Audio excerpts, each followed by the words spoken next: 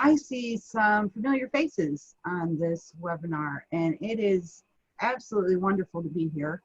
I'm thankful for you all. I hope everyone in your family and your community is well and safe, and you all remain that way. I'm always grateful to be with you all. I'm also humble.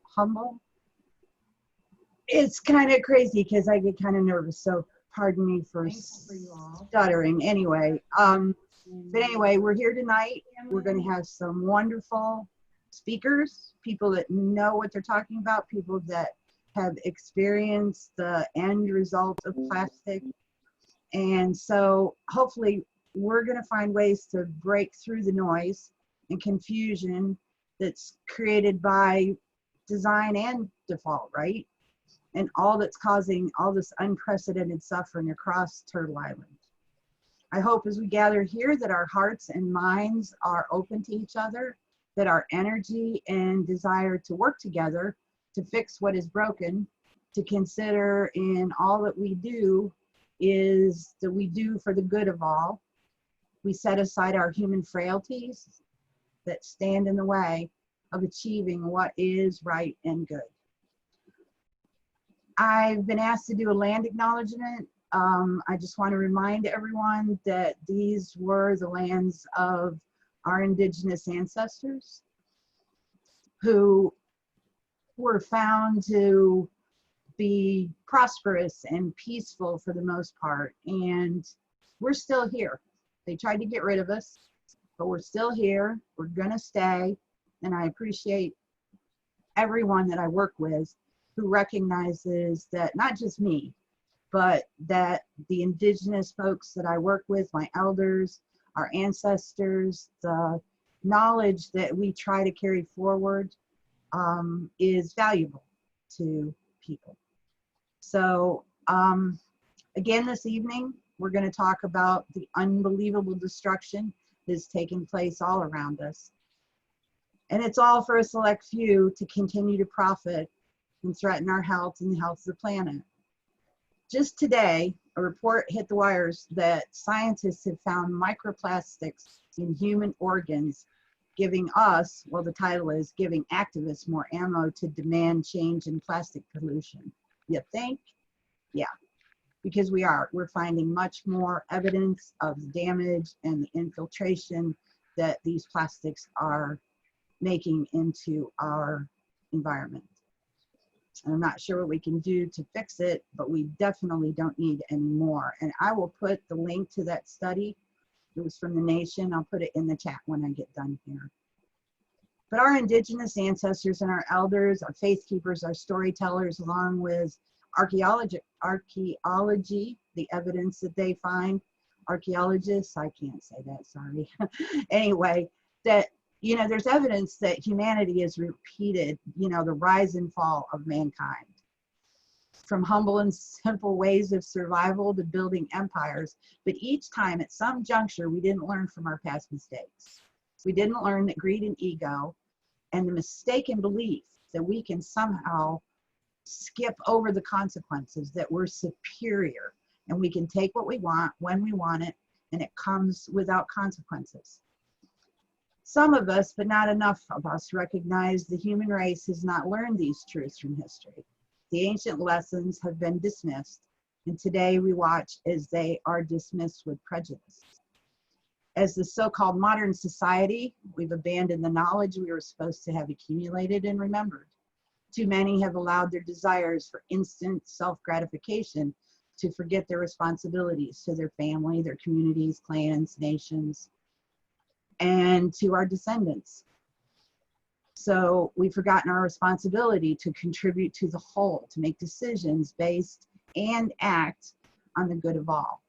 And these aren't just aspirations, they're not someone's imagination. These ways are solidly grounded in truths in what we call natural law. And this is true for all of humanity, not just me or not just my indigenous relatives, but you here with us. We all have ancestors that once understood and acted with the full knowledge of this reality. Their knowledge is still within us and is our responsibility to honor what was given, sacrificed for us to be here today. Can we say we're doing the same for our descendants? Well, we have a lot to discuss, to plan, to figure out how we bring our peoples back into balance, how we stop the violence and abuses, heal as much of Mother that has been damaged, destroyed, and stop what some will continue to destroy. And we too, on this video conference, we must take some responsibility for the waste, rampant extraction, exponentially growing, taking every element from clearing, mowing down trees and forests, digging deep within the earth, and taking every drop of lifeblood to create more junk, more stuff, because we've somehow forgotten where we came from, what we depend on. And for those select few, I keep mentioning, they know what we're doing. They know we know what they're doing. And we're not going to stand by. We are fighting back, and we will win. Our resolve is built on the spirit of our ancestors. They do continue to try to destroy us, but we will not stop, and we will continue to fight. So I want to introduce Diane. She's going to tell you about our summit next month. I didn't know if I was supposed to do this or not, but anyway, the summit is going to be a whole bunch of information, from a little bit more of what the impacts are, what's happening, but more or less sharing ways to reduce the demands on the environment so that we can live well and prosper. So I'll stop now. I don't want to take up any more time planned for our amazing speakers this evening. I'm ready to engage, listen, and learn, and I'm sure you are too. So to close, I'm very grateful. I pray for you, your families, your friends, your community, and yeah, hopefully we're going to make it together. So thank you very much. Thank you. And now I introduce Diane. She will tell you a little bit about our summit. Take it away, Diane. Thank you very much, BJ. Beautifully said, as always. I'm not going to take much time. My goal here is, I'm Diane Peterson. I'm part of the A to Z team that put this together. Thank you for joining us this summer. I hope you continue to stay with us as we move into our summit happening September 17th through September 20th. Thursday, September 17th through Sunday, September 20th. Please write that down in your book. Important information. So my job here is to whet your appetite. So you make sure to write that down in your calendar. Friday, yes, I know we started Thursday, but I am going to leave the best for last. Friday, we'll be doing something really interesting and fun. We'll be having entertainment with some local artists that will be playing some music, some original music that actually has to deal with plastics, so that's kind of fun. And at the same time, we will be working under David Solnit, who is an activist and an artist. He's got quite the title. He's a global climate justice, anti-warrior, direct action organizer. Sorry if I had to read that one, it's a long one. So he's the author of The Puppeteer and the Trainer. He's also a puppeteer as well as an artist. And this should be very exciting to work together to do an art build while we're listening to music. So live music, so that should be live virtual music. So that's Friday, September 18th. Saturday is our main day. We're going to have a panel. I'm not going to tell you who's going to be on it because you need some surprise. You need some motivation to get there. We'll be talking about focusing on strategies, solutions, and actions. And then we're going to have facilitated breakout sessions. If you are interested in being one of those breakout session leaders, there will be, look over here in the chat, I think it's that way, how you can sign up to do that. Sunday, we will have a simultaneous solidarity action. And we will be using the art that we made in the art build. And we're hoping that this is going to go global. So I hope you can join us. And like I said, we are actually starting on Thursday. And let me tell you what's happening on Thursday. We are going to get together and chat with somebody I met in a bar. Doesn't that make you want to come? Well, you know, I did actually meet Steve Wilson in a bar, and you can meet some pretty darn interesting people in some pretty mundane ways. But this person I met in the bar invited me to a screening of his film, which happens to be called, ready? The Story of Plastics. If you have anything to do with plastics, you're going to know this is the biggie right now. This is the film that everyone wants to see. So on Thursday, the 17th of September, we will not only be viewing this together, but we will have Steve Wilson, the director of that film, giving us a little intro, giving us a little chat, and then we have a chance to chat with him personally. I am so psyched. I hope you are too, and I look forward to seeing you Thursday the 17th, Friday the 18th for the art build, Saturday with the panel on the 19th, and on Sunday the 20th for our simultaneous action. This is going to be really good. I hope you're all there. Thanks. Thanks for your time. And now off to Chrissy, who's going to show us how to get to Leann and Jed. I really look forward to evening. I hope you do too. Thanks. Thank you so much. Hey, friends. I know there are a lot of introductions and commercials for a lot of amazing work happening, but I'll be your MC tonight, and I'm really excited to meet you all. My name's Chrissy Stonebreaker Martinez. I'm the co-executive director and coordinator of the Interreligious Task Force on Central America and Colombia, or IRTF Cleveland. Our organization was founded as an anti-militarism organization when two women from Cleveland, Jean Donovan and Dorothy Kazel, were murdered alongside two women from New York, Maura Clark and Ida Ford, in 1980 in El Salvador. And because of our work accompanying migrants throughout the migrant trail across the Western Hemisphere and the Americas, we have to focus on environmental justice, racial justice, economic justice as well, because these are the issues that affect not just the region, but the human rights context for the entire world.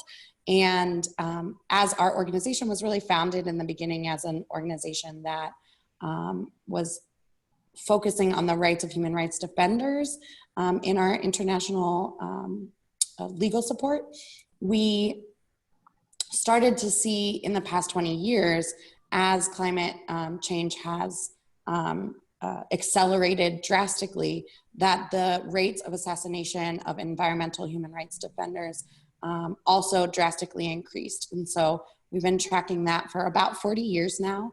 And that stark contrast around the beginning of the 2000s of people specifically working for the defense and support of all peoples and all lands and their native and the native persons that found community and build community in these lands. We just realized, you know, that that this is crucial, and it's more urgent than ever, right? So I myself am a Colombian and Appalachian, displaced from my indigenous Embera homelands in what's now known as Colombia, and I'm really honored to be with you all tonight, and to introduce our speakers and to moderate our question and answer session afterwards. So tonight, we're first going to hear from Leann. Leann is with Earthworks, Pennsylvania and Ohio as a field advocate and a certified optical gas imaging thermographer. Sorry. I'm used to long titles too, Leann, but yours is just a little bit of a tongue twister. I'm so grateful for you though and all of your work. Leann, she partners with communities to expose the oil and gas industry's air pollution in the Appalachian region, and to advocate for protections for health and the climate. And I'm so grateful for all that you do there as well, because of my Appalachian family members in Spencer, West Virginia. Leann, take it away. I'll give you a short time check in the chat. Awesome.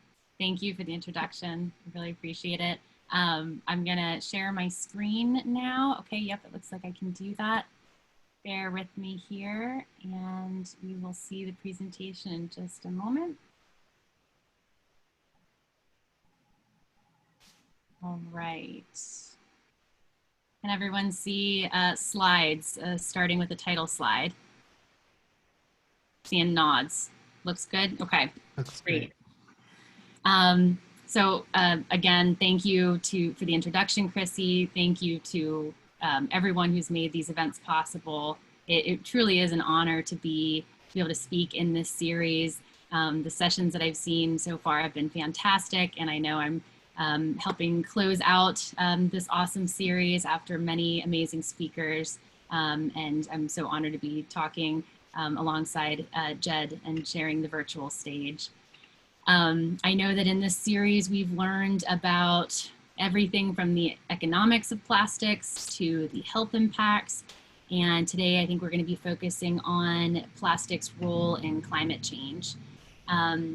What I get to share with you today is the fact that that pollution, especially the air pollution from oil and gas, from plastics, actually starts well before we see a nurdle or get to an ethane cracker. It really begins at the wellhead.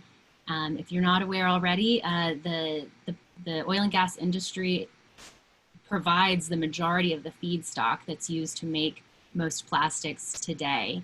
And so we're going to be taking a look at the pollution from that industry across the US. And I would just say that as you see these examples, that you keep in mind that the pollution from this industry really starts here. It starts in shale gas communities like mine and many others across the US. And I promise that even though we're going to see some scary footage of this air pollution, we're going to be closing with ideas for action, because I know this is an action-oriented group.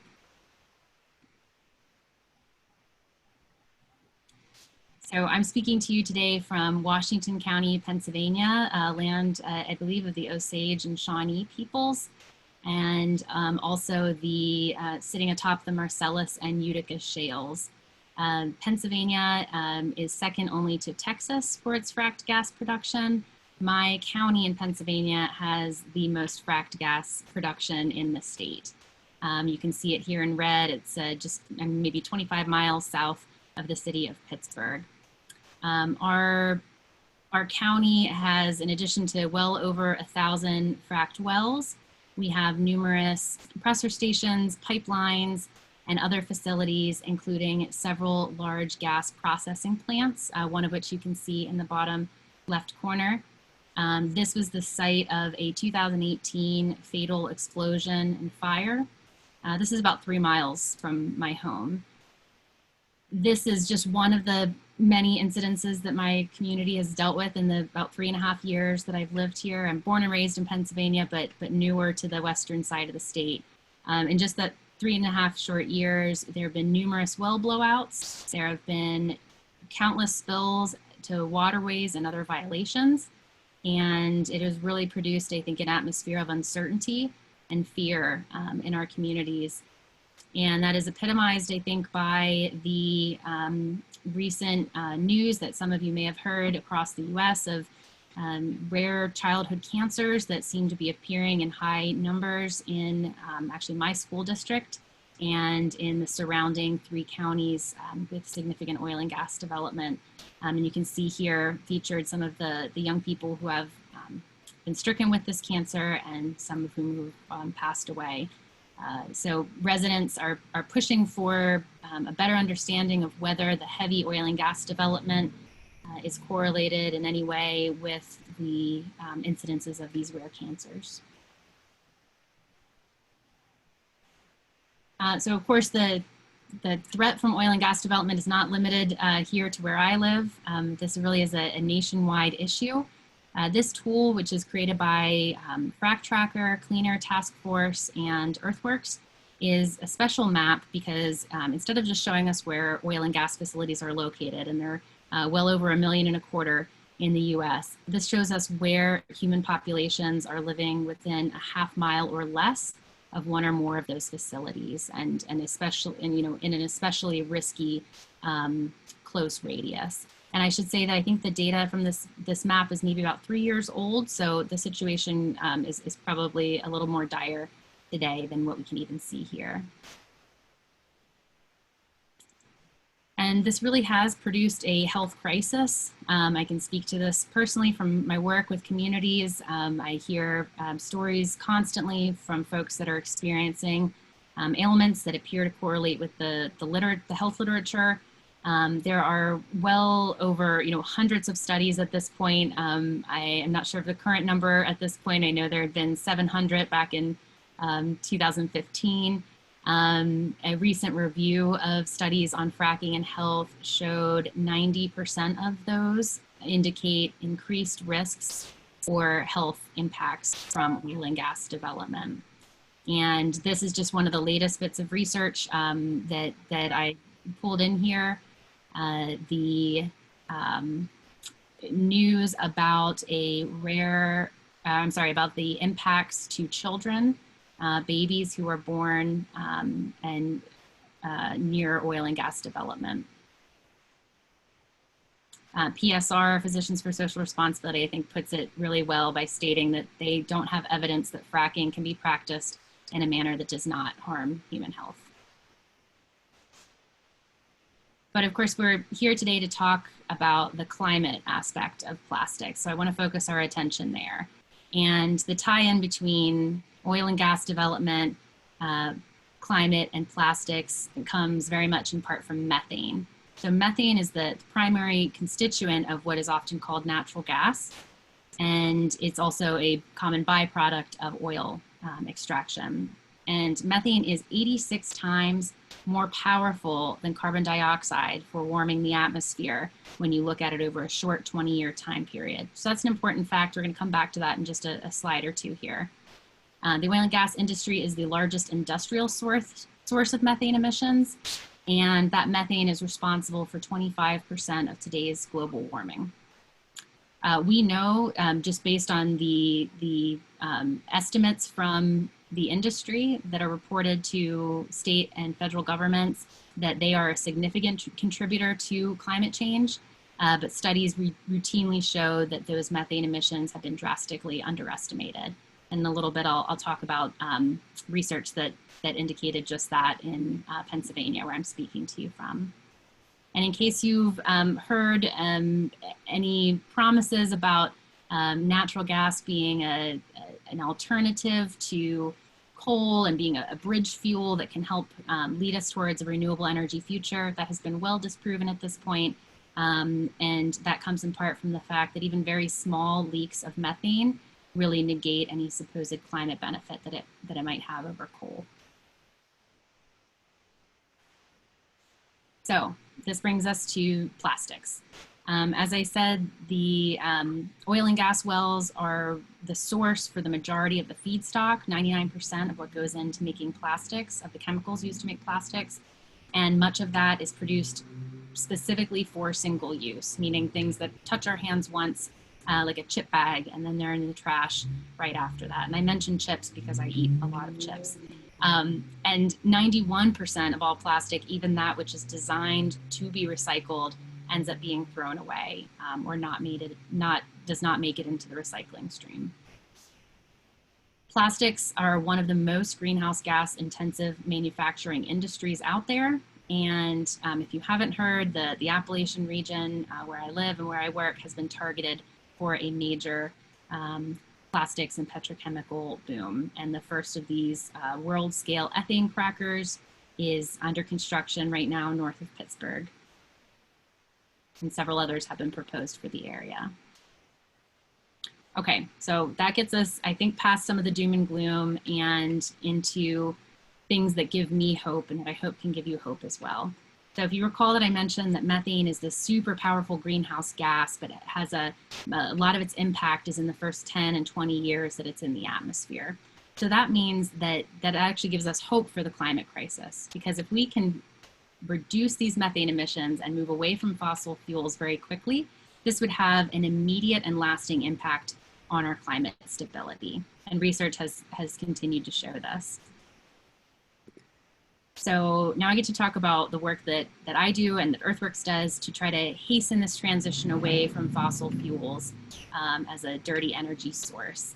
And a lot of this centers around a really fascinating tool called optical gas imaging. I'm sure some of you have seen and heard of this before. You may have heard it called a FLIR camera, which is the brand name, or I'll just call it often an OGI camera. You can see here my friend and personal hero, Sharon Wilson with Earthworks in Texas, filming, I believe, an unlit flare at a facility using one of our OGI cameras. And I'm going to show you lots more examples as we go.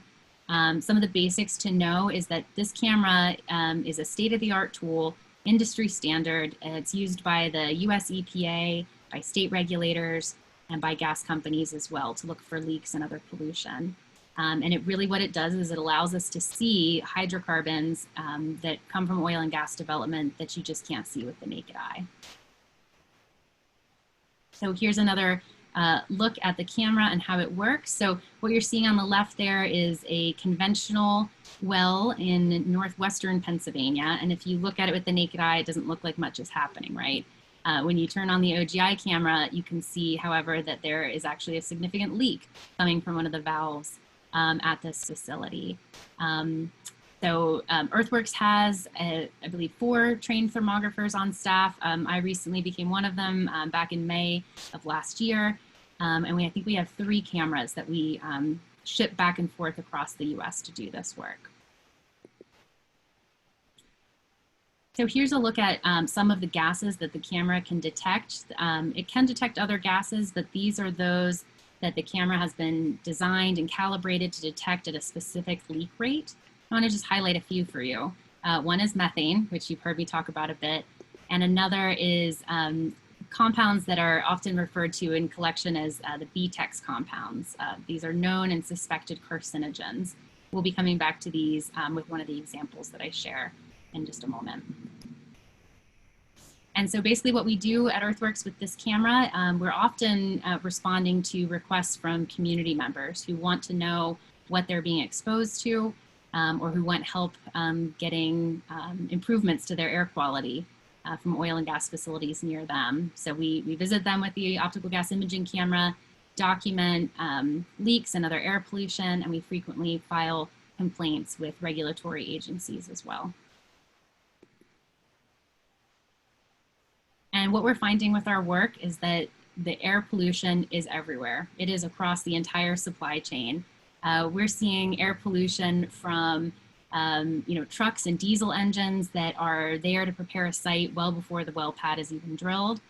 We're seeing it from wells once they've been put in the ground and put into production, from pipelines and valves, from compressor stations and metering stations, and processing plants like the one that I showed you at the beginning of our talk.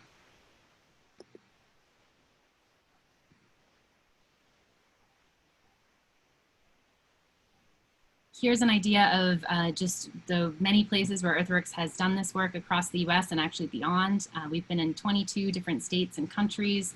We've done almost 2,000 site visits and filed almost 400 complaints. And so if you go to this link, cep.earthworks.org, that's a great way to learn more about what we're doing, but also you can use this interactive map to look and see optical gas imaging videos that we've taken near you. So these will expand and you can see the videos, complaints that we filed, and you can also see the some interviews with impacted residents.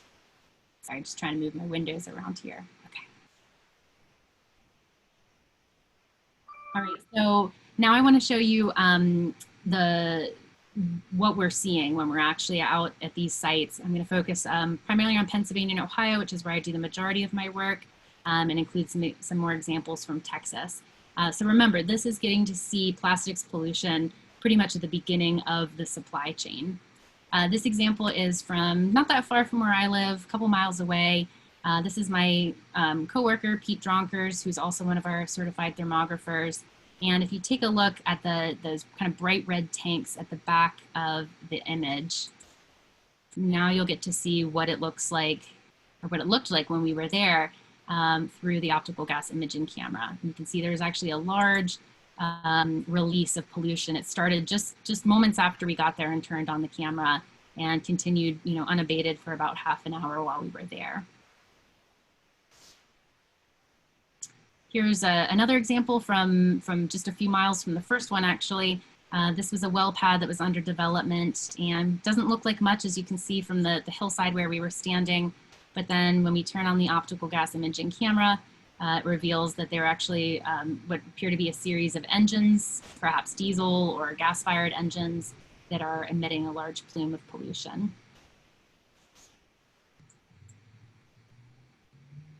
This is a compressor station. If you're not familiar with these, they are a large facility that is used to move gas along pipelines.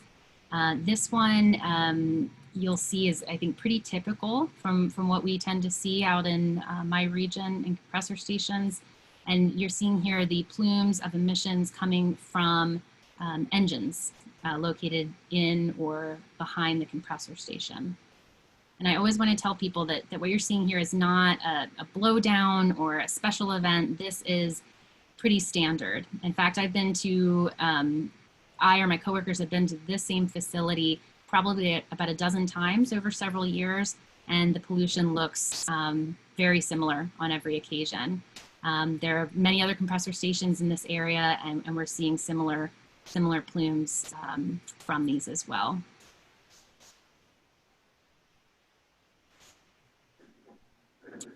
Here's an example of a condensate tanks at a conventional well site. So conventional wells are often shallower, smaller, lower producing. In some cases, they're older than the fracking wells that have occurred with the more recent boom in the past decade or decade and a half.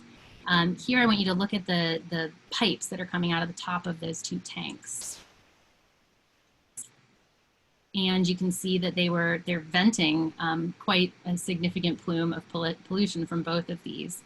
And in fact, this site, my colleague and I were out here with two local researchers who had with them a methane detector. They happened to have the window rolled down as we were driving down the road, and their detector went off to its maximum level just by driving by. We couldn't even see the facility yet. It was back in the woods. We had to go back a dirt road to get to it.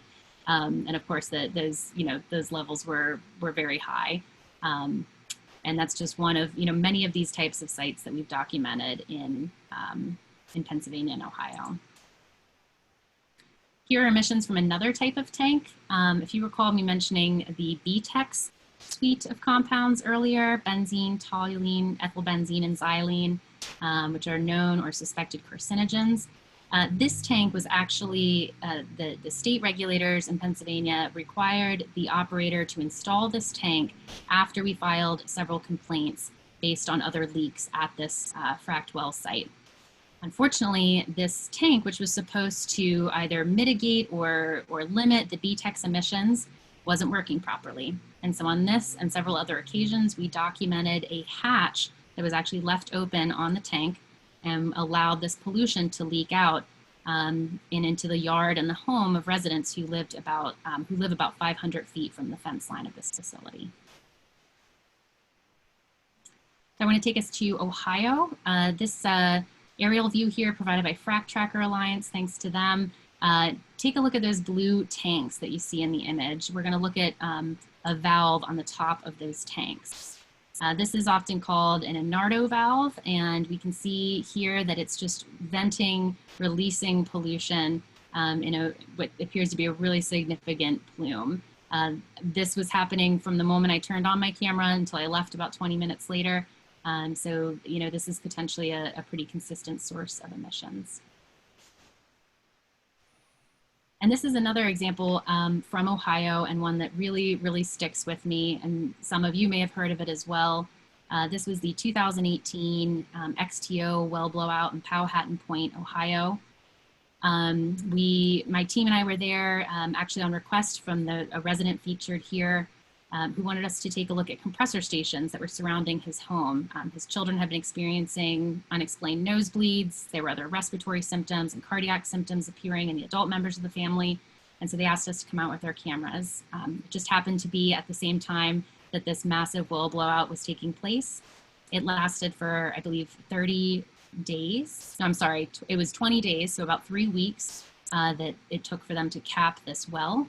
And it was pretty dramatic. I mean, even before we turn on the OGI cameras, you can see there's a plume a geyser of liquids, gases, smoke coming out of this well about 100 feet in the air. But when we turned on the camera, we could see that that plume actually went far higher and traveled well along the hillside for miles, far outside of the zone that was evacuated due to this incident.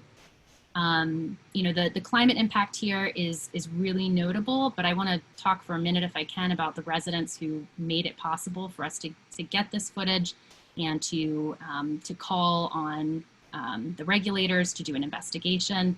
You know, they described in such terrifying terms what it was like to live through this event, to try to get their children safely out of the elementary school, and how their kids for weeks after the explosion kept bags of toys near their bedroom doors in case they would have to evacuate.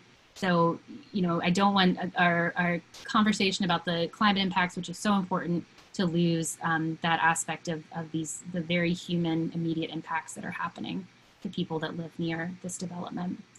But ultimately, a year after this incident, we worked with satellite researchers who then produced a paper that showed that this single event was one of the largest methane releases known in US history. And in fact, it released more greenhouse gases than most European countries do in 1 year.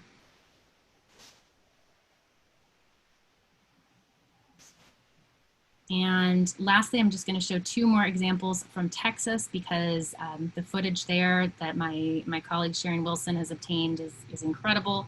And I've been there myself to see some of it.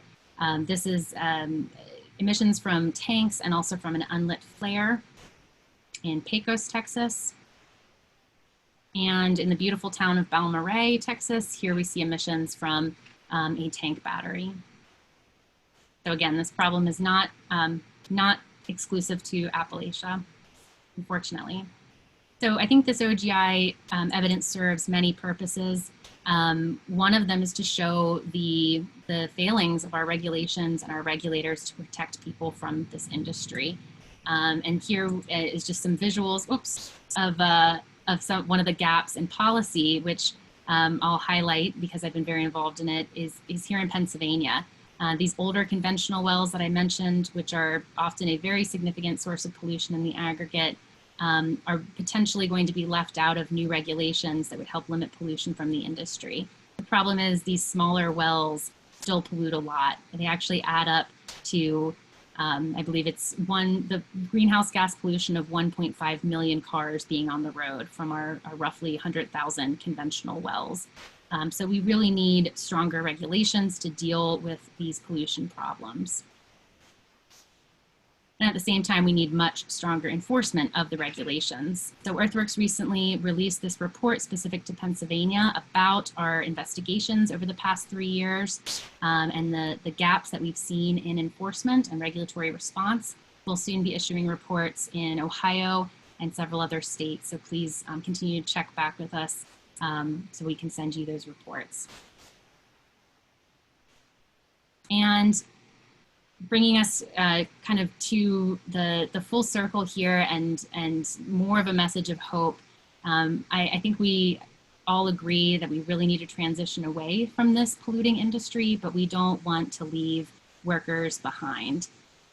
So I think it's essential that we do recognize that regulations have been proven to be net job creators. We can get people out there looking for and repairing these leaks. But we can also put oil and gas workers back to work in plugging old and abandoned wells, which is a huge challenge many states are dealing with now. Ohio has taken amazing bipartisan action to dedicate $25 million to their plugging effort this year, and Canada has dedicated $1.7 billion to plugging old and abandoned wells.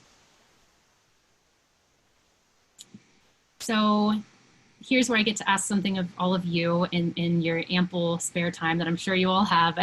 I know you're all very involved, but I'd like to ask that when you're thinking about or talking about or tweeting about plastics and pollution, that you keep in mind that the pollution does start here in communities like mine, and think of ways that you can share that proof. This link, which I'll add to the chat here in a moment, is a way that you can access the archives of footage that we have from various states. And I'm sure you can all think of creative ways to use this footage, whether it's sharing it in a Senate testimony, as a resident did here in one of these photos, or putting it on your social media, as one of our representative friends in Pennsylvania has done, or just following Earthworks on our social media channels so you can retweet the new footage and evidence as we pull it together. So thank you so much for listening so intently, and I hope this was helpful. And thank you for any effort, any work that you can do to help share this evidence with others. And I look forward to answering any questions.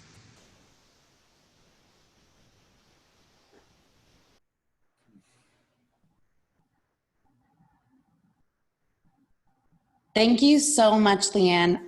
Because we are running a little late, we're only going to take a couple of questions. Are there any in the chat?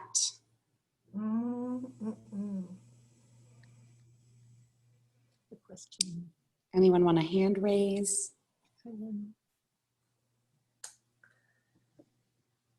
I'm seeing a hand from Patricia DeMarco. I couldn't follow along in the chat, so I don't know if there's any in there, but happy to answer any questions I can. Okay, I just wanted to ask you if you're working on the fact that Trump's administration has rescinded the limits on methane releases from oil and gas wells. It was an Obama-era climate action that was just rescinded last week. Is there any hope of getting that reimposed, except also including the capped conventional wells into the whole process? That is a great question. I have never gambled before. I think maybe I bought a lottery ticket when I was 18. So I guess I won't make any forecasts as to the likelihood of it. But what I can say is that yes, I and Earthworks have been pretty vocal on this issue. This has been a process over more than a year now, I think, as we've been, sending impacted residents to testify in this regard. We've issued public statements. I've been trying to weave this into conversations with media, and really excited that some of them have really done a great job of covering this. As you might know, Andrew Wheeler of the EPA came to Pittsburgh, of all places, to sign this rollback. I definitely think that that's a pretty offensive gesture for those of us living here with the horrible air quality and impacts that come from oil and gas development. I'm certainly hopeful that we could see those rules reinstated, but it is really frustrating given the huge public support for those rules and the, even the industry support in many cases for those rules. So yeah, thanks for asking about that. I really hope that we can see change there.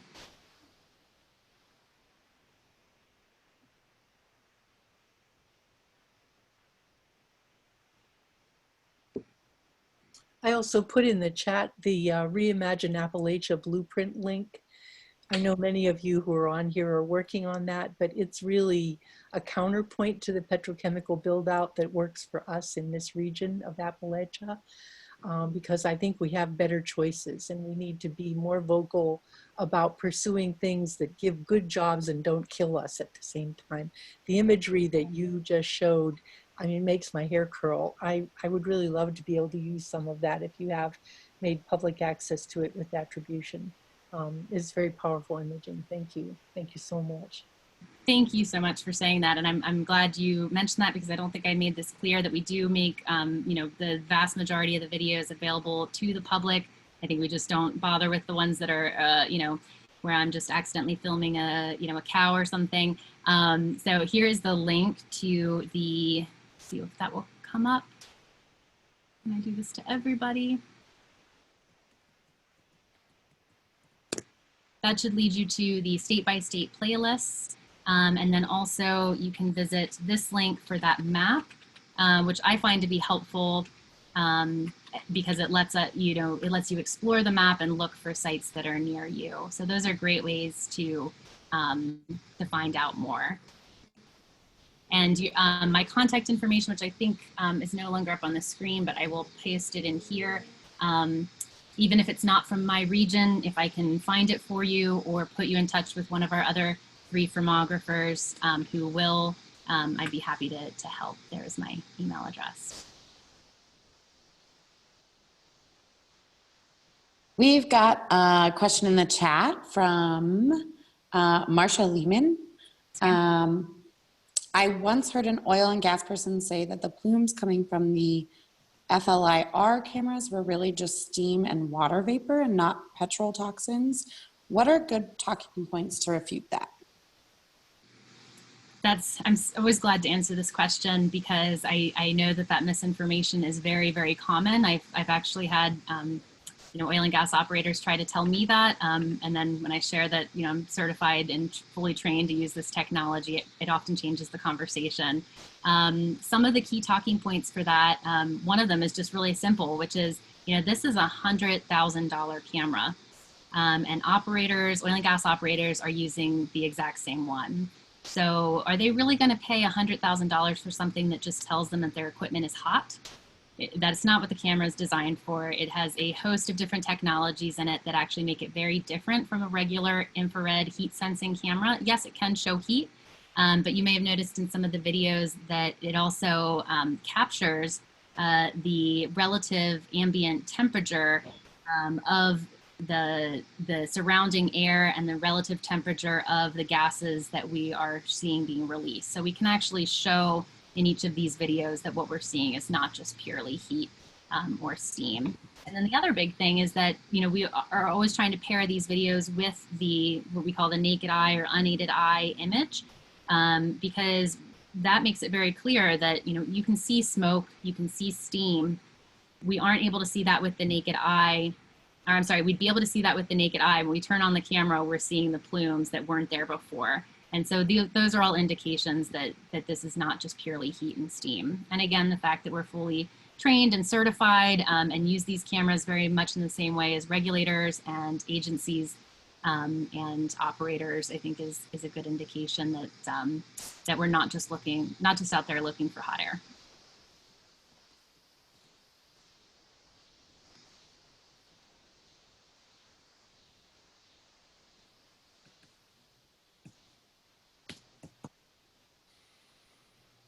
Okay, Leann, thank you so much. I think we're going to have a wonderful time learning more from you as we get deeper into discussion. I'm sure we'll get deeper in on Thursday as well. I just want to say thank you so much for all your expertise and all of your offerings to help us all understand these issues better and just come closer together on our strategy and our understanding of where we need to go. Thanks, sorry. So we have one other speaker for you all tonight, and that is Jed Alegado. He is the Senior Communications Officer for Asia Pacific of hashtag Break Free from Plastic. I love that hashtag. So since joining the movement in 2017, he's been instrumental in leading Asia Pacific's communications work and organizing capacity building workshops on communications and campaigning for members in the region. So I am so grateful to you, Jed, for being here with us all the way from the Philippines, and we are so excited to learn more from you. So take it away. Okay. So good morning from Manila, Philippines, and so still August 18, right, in your region. If I may be given the co-host, so I can share my screen. Yeah. Okay.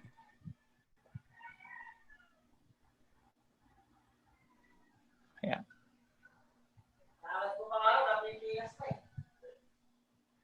So I hope it's working. Yeah. So while waiting for the screen sharing. So good morning again. Thank you for the nice introduction, and to organizers for inviting me here. Yeah, so Leann really, showed us the really link of plastics, no, to climate.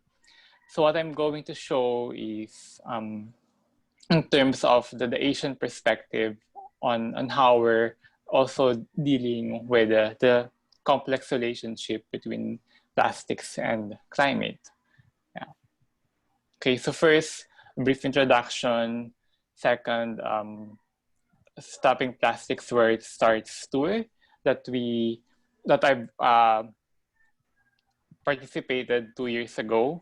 I will briefly share my experience, and then of course the link of plastics and climate from an Asian perspective, and the need to really build solidarity and bridge the fight between and among our groups. Yeah. So stopping plastic where it begins, or where it starts. So back in May 2018, that's 2 years ago. Well, a lot of things have happened along the way. So I, together with two other women activists from Asia, one from India and one from the Philippines, represented the Breakthrough from Plastic movement. So the other one she's Lakshmi Narayan. She's from India. She's a trade union waste picker activist. And then the other one is Marianna Dominguez. She's a food sovereignty activist from the Philippines, representing fisher folk communities who are actually impacted by plastic pollution, and then representing the disposal chain of plastic pollution. So we visited groups. We talked to different groups fighting petrochem build-out in Texas, Louisiana, Pittsburgh, West Virginia, and ended the tour at the Earthworks office in Washington, D.C.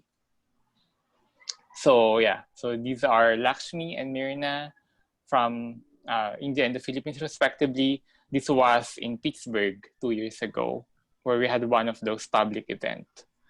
So we all know, how really plastics, single-use plastics specifically, are connected to the issue of climate change, the issue of the petrochem build-out and the oil and gas industry, especially in the different states that are also impacted by these build-outs. And we know that 99% of plastics are derived from fossil fuel feedstocks, and that according to the Center of International Environmental Law, or Shell, in the report, fueling plastics, how frack gas, cheap oil, and unburnable coal are driving the plastics booms. The US fracking boom has made natural gas really, really cheap. And it is driving a massive expansion in new infrastructure for plastics and petrochemicals. And we see this every time we go to Costco, to other large supermarket chains, the deluge of single-use plastics in different sizes and different forms. And as the industry projection, by 2025, production capacity is projected to grow by 1/3 for both ethylene and propylene, lacking in a massive expansion of cheap plastic production for decades. Probably I'm not sure whether the COVID-19 situation, the pandemic, has slowed down this projection. But definitely, the greenhouse gases are emitted at each stage of the plastic life cycle. Yeah. Plastic pollution is a significant and growing threat to the Earth's climate. There's really a link, the big connection between our battles here in the developing countries to your battles there also in the big developed country like the US. And stopping expansion of petrochemical and plastic production, and really making sure that fossil fuels in the ground is a critical element in addressing the climate crisis. The plastic life cycle, from fossil fuel extraction and transport to production and manufacturing to the disposal of plastic waste, whether it's landfill, it's incinerated or recycled, there's really greenhouse gas emissions in every step of the way, the ongoing environmental impact. And probably in your previous A to Z plastics webinar, you have seen the health impacts as well of plastics, with microplastics, with the food packaging and impacts as well. And its impact to human health and to other health of other species. Plastics is primarily landfilled, recycled, or incinerated, each of which produces varying amounts of greenhouse gas emissions. So, for example, if you incinerate it or you burn it, you have these GHG emissions with energy recovery. Yeah. So at current levels, greenhouse gas emissions from the plastic life cycle threaten the ability of the global community to keep global temperature rise below 1.5 degrees. Yeah. So it's really killing our oceans, and of course we know the threat of microplastics. Diane Wilson has been really waging a battle, and together with other groups as well, on microplastics and the impact to our environment. Yeah. So what are the high priority actions that we can take now in terms of plastic production? So definitely we need to end the production and use of single-use plastic, disposable plastic. That's why here, break free from plastic. Stop development of new oil, gas, and petrochemical infrastructure. That's all of you are doing in your respective communities. We need to transition to zero waste communities. And a lot of groups in the US and other regions as well, in Europe, in Asia, in Latin America, and South America, who are members of Break Free from Plastic, they are really, really helping communities to transition to zero waste. Implement extended producer responsibility as a critical component of circular economy. And these EPR or extended producer responsibility is something that we really need to here in Asia, in Southeast Asia. Well, at least some of countries here already have legislations, but we really need other countries to step up as well. And we need to really target ambitiously to reduce greenhouse gas emissions. So, stopping the expansion of petrochem and plastic production and keeping fossil fuels in the ground, it really provides the surest and most effective path to reducing the rising climate impacts of plastics. And we have seen groups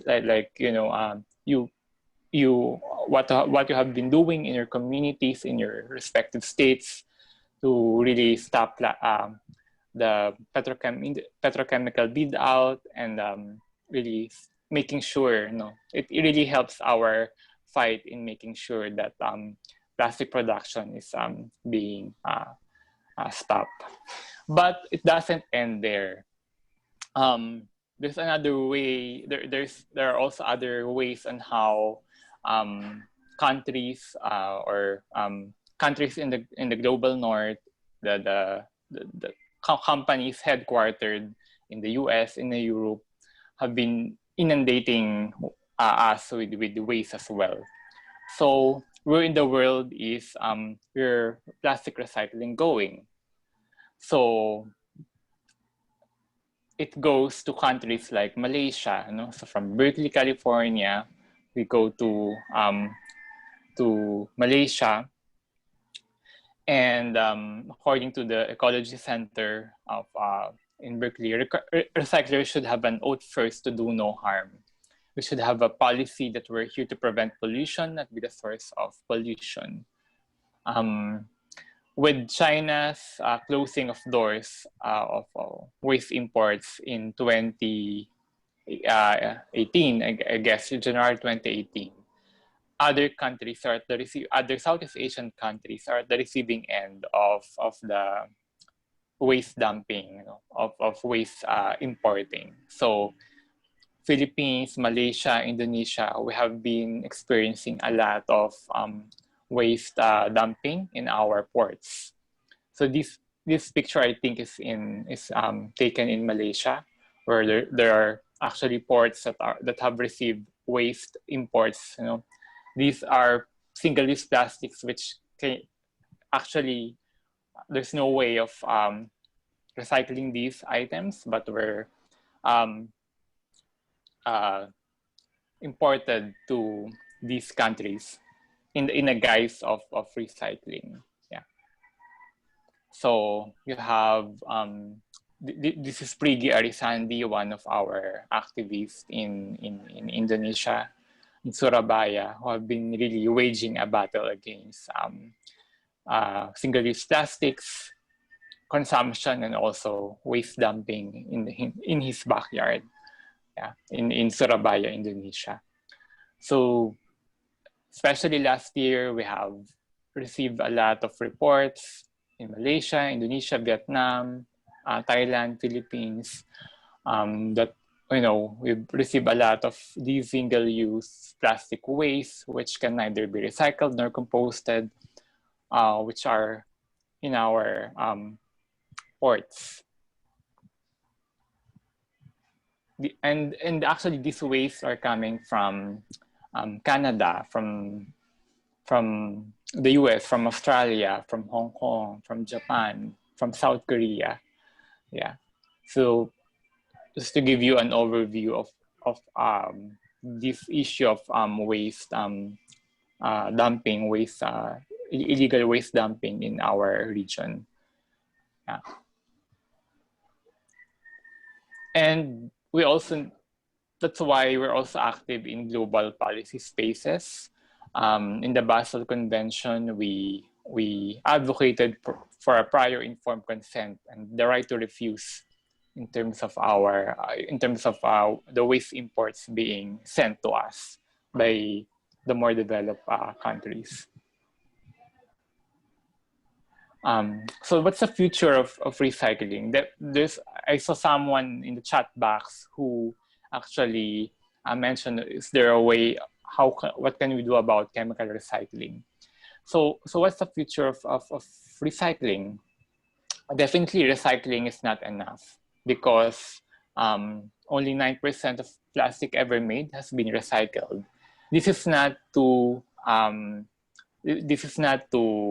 put recycling on a bad spot. I mean recycling is good, but it's not that efficient.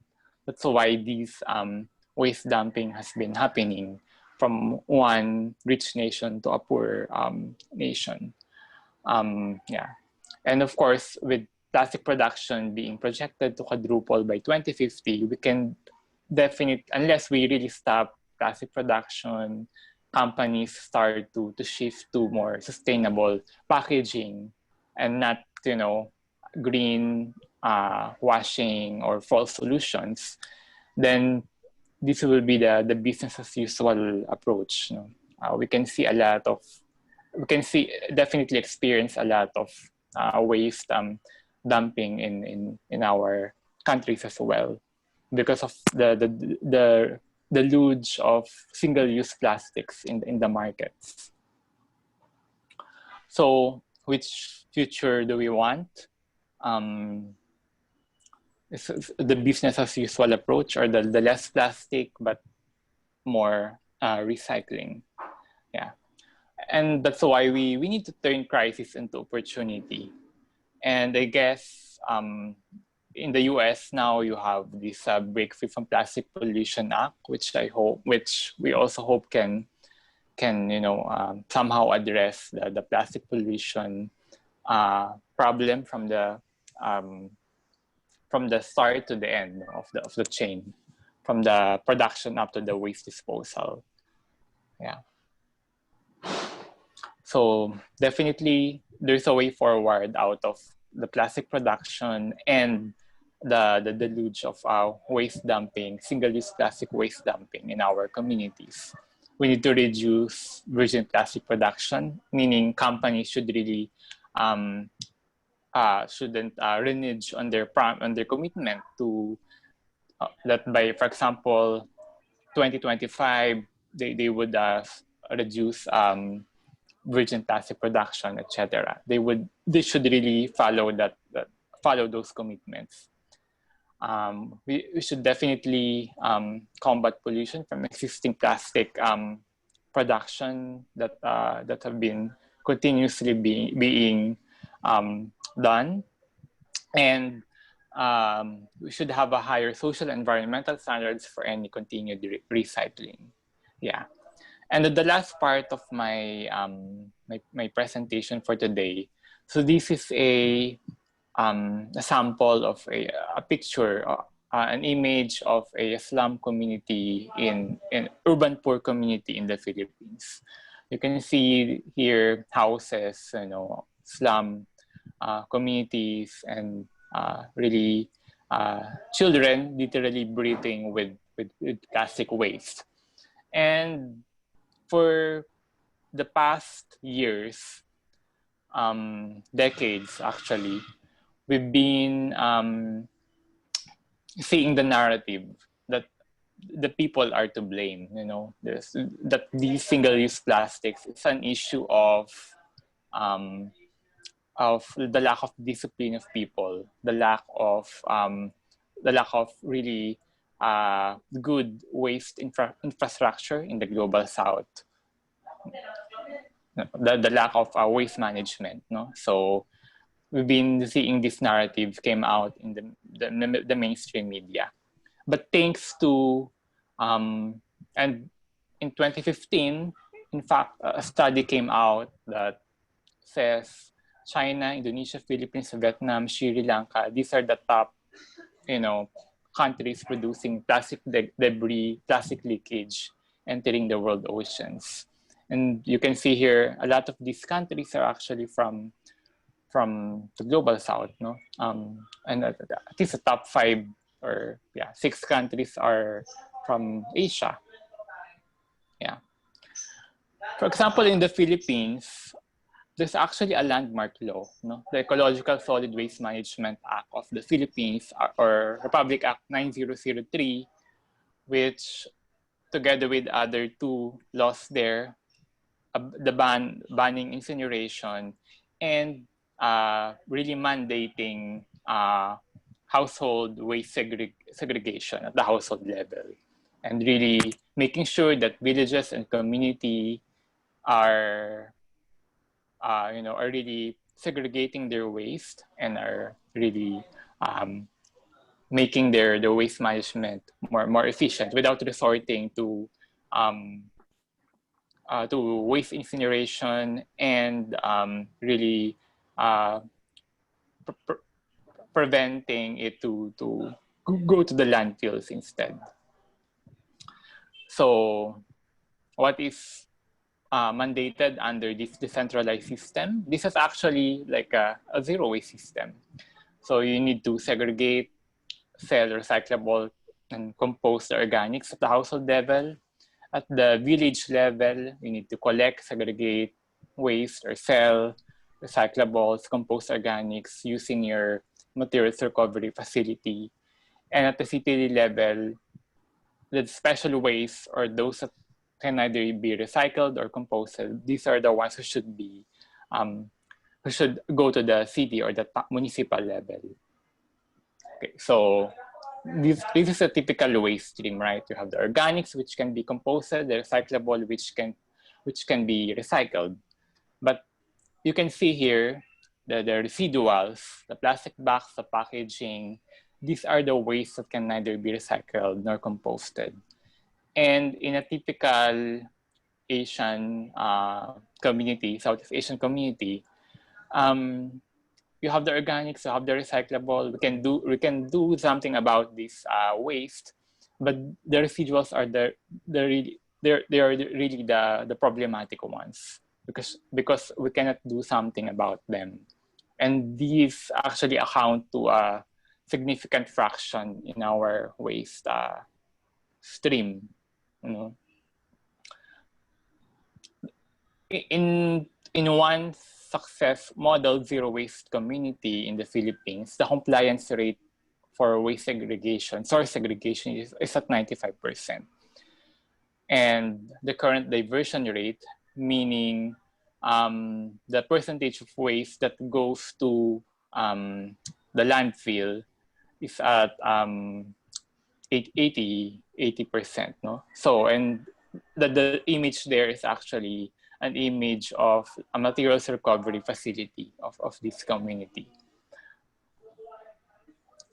So you can see here through massive information education campaign and door-to-door segregation at the village level, zero waste communities in the Philippines and in other Southeast Asian countries are successful and are becoming model zero waste communities.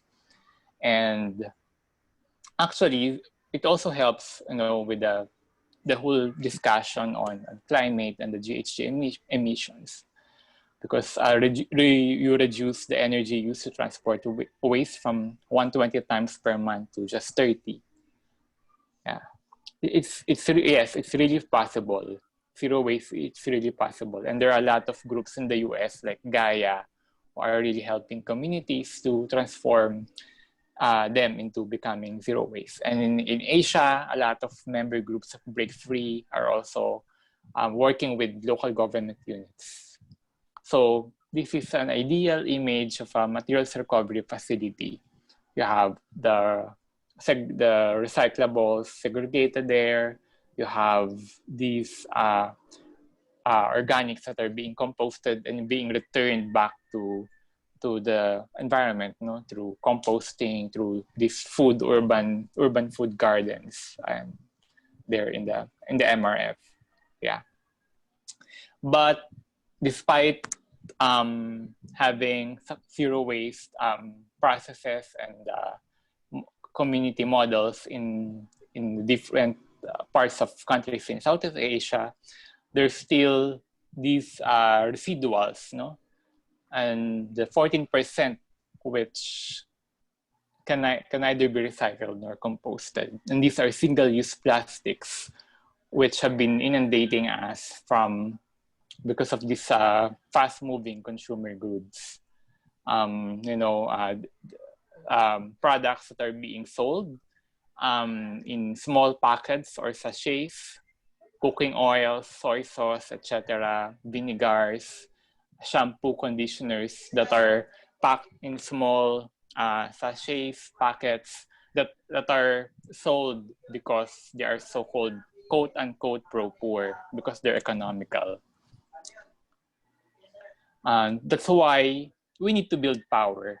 And in 2017, the Break Free from Plastic movement, Earthworks is part of that, and along other environmental justice groups in the US who are members of Break Free from Plastic. They met. I wasn't still part of the team there, but we met in 2000. They met in 2017 in the Philippines, created a common strategic framework and vision, you know, supporting regional, national, and cross-border organizing. And right now we're at least well, this should be updated, 2,000 plus members globally. Yeah. So these are some of the members in Asia Pacific. Yeah, we're one of our communications and campaigning workshop held in Manila. Okay, so this is our strategy. Because we really see the need to turn the tide on plastic pollution. We want to end plastic pollution for good. Yeah, and plastic pollution must be tackled from the source up to the end. That's why we're bringing groups also from you guys, no?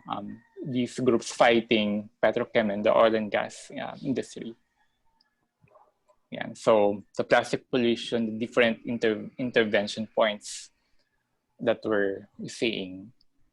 Yeah, and one of which we also do for the 4th year this year, we're doing brand audit, where although now it will be in a different condition because of COVID-19 pandemic, we are auditing the different waste in our communities and in our in the oceans, and coming up annually with our top 10 plastic polluters. So on the left side, you can see the industry narrative that these are the countries to be blamed for plastic pollution. They lack the discipline, they lack the waste management system, they lack the robust infrastructure for waste management. But in fact, when you try to think about it, the real narrative is on the right side. These are the top 10 plastic polluters.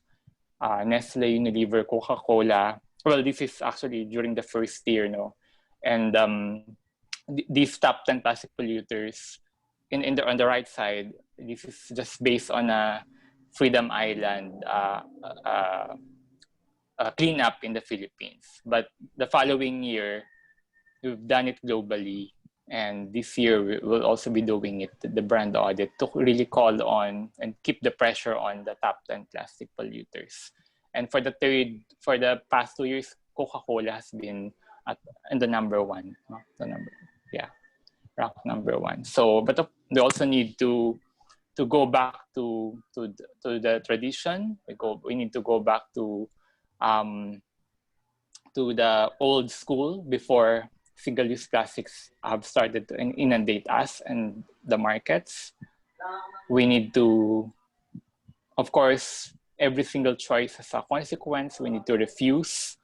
But at the end, even if we refuse all the single-use plastics that we can, we also need to scale the battle. We need to really fight, no, systemically. We need to. The change must be systemic rather than the individual contributions.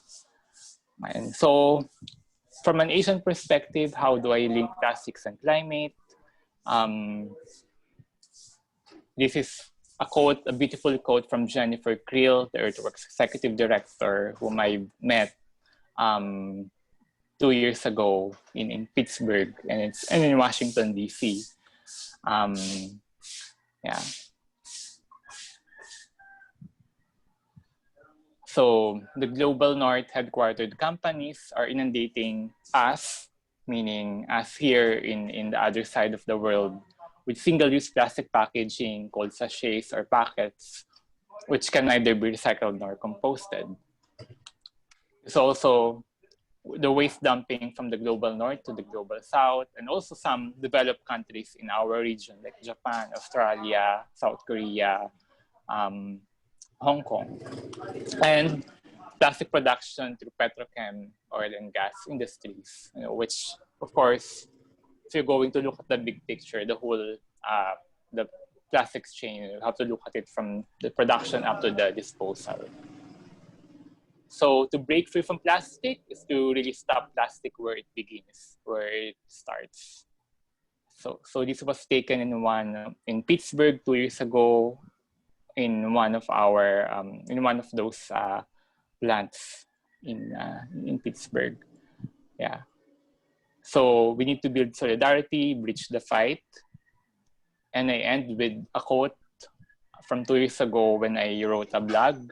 We need convergence among movements from different races and from different kinds of struggles is necessary as we fight against big corporations carrying the neoliberal principles. Uniting these groups from the upstream to the downstream of the plastic pollution will bring about a broad yet solid front against capitalism and its successes. So, thank you. Thank you so much. Oh my goodness, round of applause. I wish you could hear all of our love for you, Jed. We are so honored. I am so honored to have been part of this discussion with you. You really taught us so much. I did see one question in the chat. Let me find it really quick. I lost it. Pat Hersey said, I work to reduce plastic, but the only way to get changes in law is chipping away. But we need to swing for the fences. How do we get that done? So I think the question is really like, when the laws are working against us, how do we keep fighting? Yeah, I mean, even here in the Philippines, even if there's a law, no, the Ecological Solid Waste Management Act, every year, legislators here have been trying to repeal the ban on waste incinerations, probably because of the pressure from different governments offering the waste-to-energy technology, you know, and making the offer more palatable and more palatable, especially from a politician side.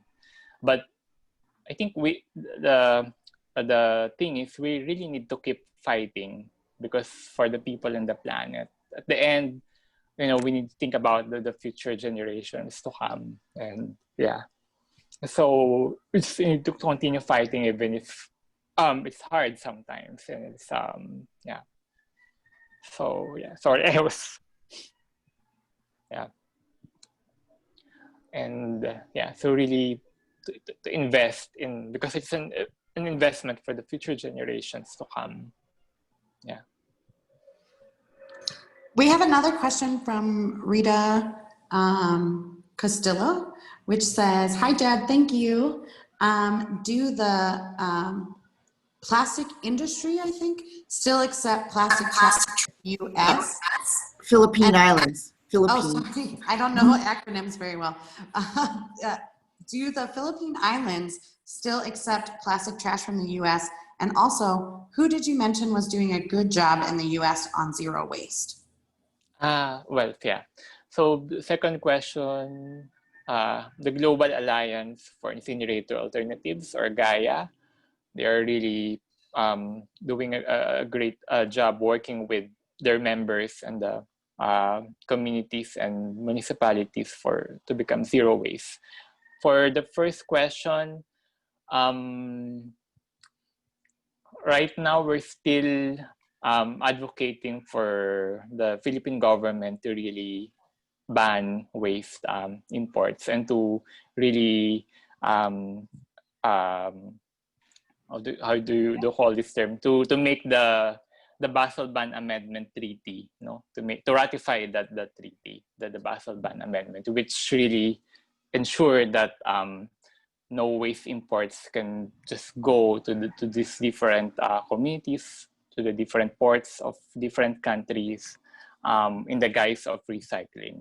There should be free, prior, and informed consent, and there's the right to refuse is there. Yeah. So we need to pressure countries as well also to ratify that ban, the treaty, about the Basel Ban Amendment. There's another question. Have you found a model for zero waste in the Philippines?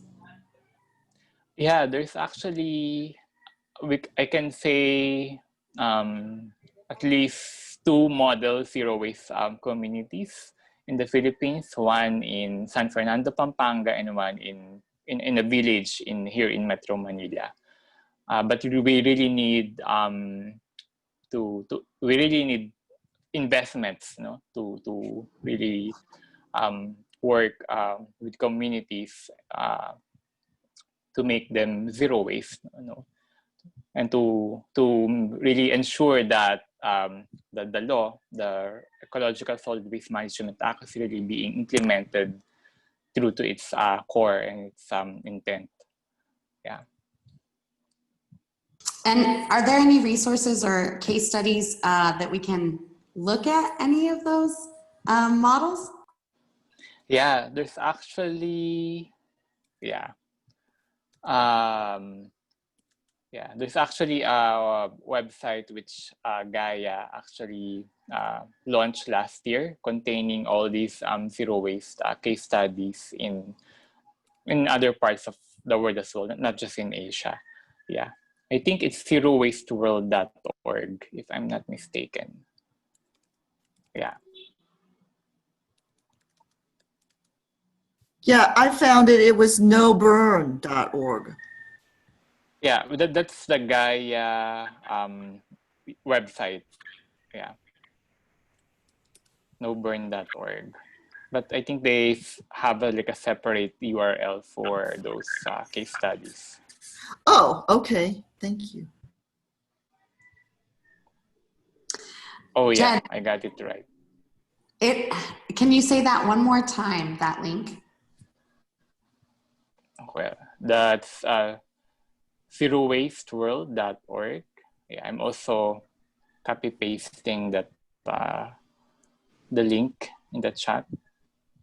Thank you. One benefit of having to do all of this stuff on COVID sometimes has been, number one, we cut down on our emissions. Number two, we cut down on our travel costs and commute times. Number three, Yeah. And number four, we're able to share resources so much more freely. So this is just a huge blessing for all of us. Jed, I want to give you another round of applause. Leann, I want to give you another round of applause. This conversation has been so wonderful and informative, and I'm really excited to continue the conversation this coming Thursday. Yes, yeah. Also looking forward to being with you virtually, because 2 years ago I was also there traveling in different parts of the US, you know, talking to communities like you fighting the oil and gas and petrochem build out. Yeah. Thank you. Yes, thank you so much. I know you have fans in the chat who remember your visit. Thank you. So, okay, y'all. yes. We'll see you on Thursday. Thanks so much for joining us today. We hope you had a really wonderful time. We appreciate you, and we will see you soon. Thanks, everybody. Great to see you all. Thanks so much. It's so good to see you guys, and look forward to talking on Thursday. Yeah. See you Thursday. Thank you. Thank you. You all, everyone. Good night. Night, everyone. Night, everybody. Buenas noches todos. Thursday. Mm-hmm. Bye. Good night. Thanks, everybody. It was great. Thanks, Leann, and thanks, Jed. It's good to see you again. It's amazing. Jed, I don't know if you remember meeting in Pittsburgh, but sorry, you can't see my face, so I guess not. But it's good to see you again. Maybe I'm oh yeah. there. Hi. Yeah. Hi. Yeah. I remember you. Yeah, we were talking about what we were eating off of at the event. Yeah. So anyway, Yeah. if I can dig it up, I'll send you a picture of all of us together. Yes, please. Yeah. See you again. Yeah, talk to you again on Thursday. Yeah, my Friday. What time is it Yeah. there now? Well, it's 8:30 in the morning Wednesday. Okay. Well, good morning. Go eat breakfast. Thanks again. Yeah. Thank you. Yeah. See you. You know, Lauren, and I said good night. I said buenas noches. It's buenos dias. Have a good day. Talk to you later.